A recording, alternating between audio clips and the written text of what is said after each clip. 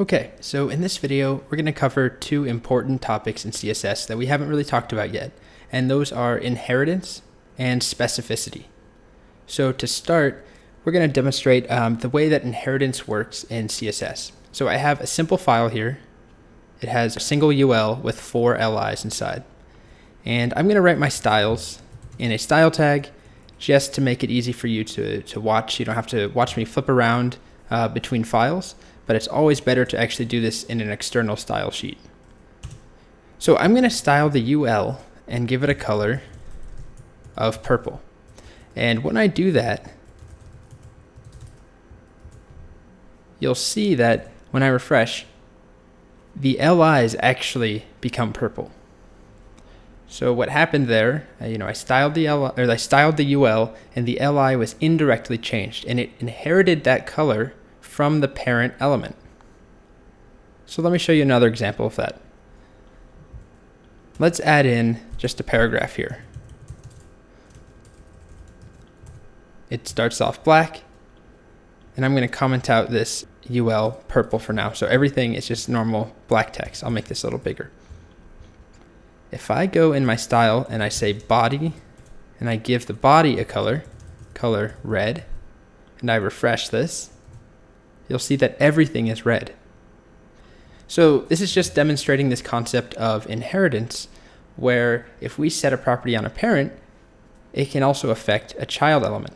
So this is nice if we wanted to make all paragraphs and LIs all red. We don't have to select paragraphs and turn them red and then select LIs and turn them red. We can just select the body.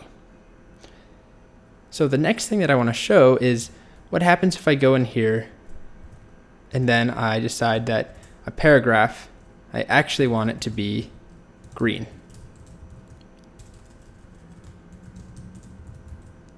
If we refresh, we'll see, of course, that the paragraph turns green.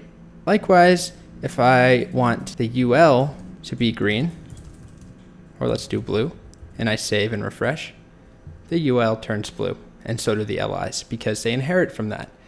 So what's happening here is actually demonstrating this idea of specificity in CSS. So we have multiple styles that could be impacting this same LI. It could be red, and it starts out as red, and then we're turning it blue because all ULs are supposed to be blue. So if we go ahead and inspect one of these elements, and I'm going to make this full screen, and I'm going to increase this and increase the font size a little bit too, you'll see that the color is set as blue coming from a UL, and it tells us inherited from UL.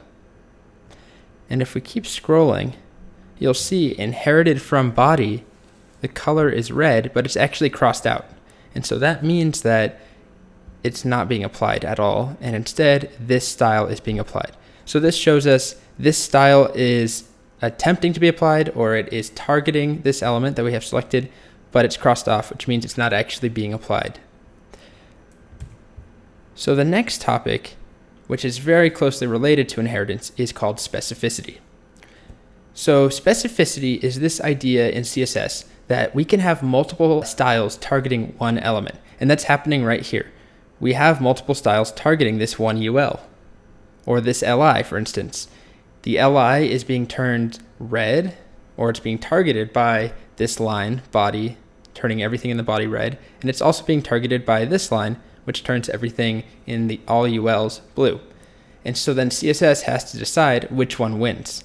And in this case, whatever style is closest to this element, so whichever one is more specific, and so what that means is the body is very general, it's everything, and a UL is more specific, that one is going to win out. But this is just a simple case. So now let's up the ante a little bit and add in some more selectors. So let's go ahead and add in a direct LI selector, and let's make an LI orange. And as you would expect, it makes all LIs orange.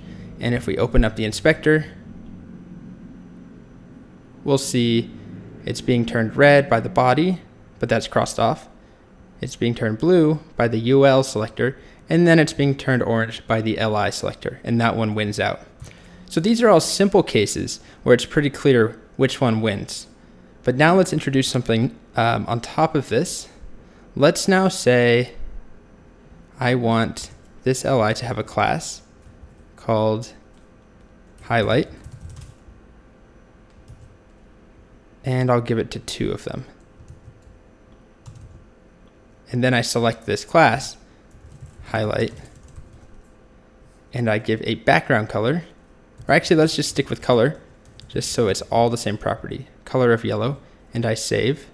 Which one do you think is going to win out now? Let's check, and you can see that the highlight class wins, and it's turned yellow because of that highlight class. So this is showing us something where an li, we're directly targeting all li's and making them orange, and then we're also directly targeting a few li's that have this class and making them yellow. And in this case, this class wins out. So there are actually very specific rules for how this works, and I'm going to show it to you in just a second. But before that, I just want to add one more example in. So let's say I also give this element an ID, and I'm going to call it special. And I'm going to target that element with special, and I'm going to give it a color of pink. And I refresh, you'll see that that element wins out. And one more time, if we inspect, you'll see that we have a style from the body that's not applied, one from the UL that's inherited but not applied, one from the LI that is not applied, one from the class that's not applied, and then one from the ID special that is applied. So in this case, the ID wins. So as I mentioned, there are very specific rules as to how this works.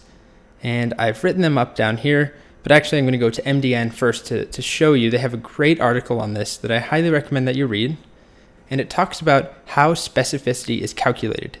So when CSS sees that there are 3 or 4 different colors that this one li could be, how does it know which one to pick?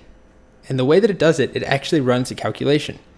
So it assigns a numeric value to each of those selectors. So it's going to assign a numeric value to this here, and then to this one, and then to this one, and to this one. And as we know, this one wins out. So the way that it's actually calculated, we don't actually have to know the exact math, but I will show it to you here. There is a calculator that we can actually type things into online that will tell us how specific something is. So if I just select all li's, you'll see it has a specificity of 1. Now let's try selecting that class, highlight, and that is 10 times as specific. It has a specificity of 10. So that's why a class won out over the li, and that's why this element is actually yellow, because that class highlight won out over the orange color. Now if we go and we add an ID, or what we call it, special, you can see that is 100 times more specific than just the li tag. So that one wins out, and that also beats the class. So the basic rule here is that element selectors, tag names, are not very specific. Class selectors are much more specific, and then IDs are the most specific that you can get. And I'll also show you it's not limited just to one ID. So let's say we wanted to know what is more specific. I have a class and another class inside of it. So this is a descendant selector, remember. This is only 20 specificity. And if I just have a single ID, that's 100 specificity. So again, I don't want you to think that you need to be using this site all the time and calculating numbers. That's not important. All that you need to know is the order of magnitudes. So I'll go to my notes here. I have them written out. Type selectors are the least specific. So that's going to look like something like this, or li with an a tag inside of it, or even the adjacent selector. So these selectors are not very specific. But even within this here, this is going to be more specific than this. This is going to be more specific than this as well, because there are 2 elements that we're referencing. So if we actually calculated it, this is a specificity of 1, and this is 2. Then the next level is a class. So this is going to be an order of magnitude 10 times bigger or more specific than any of these. And so is the attribute selector. So where we have things like input type equals text. And so are the pseudo class selectors, which are things like hover. So a tag on hover, or input that's been checked, and other things like that that have this colon there. And then the very most specific thing is the ID selector. And so that is going to be another order of magnitude greater or more specific than these selectors here.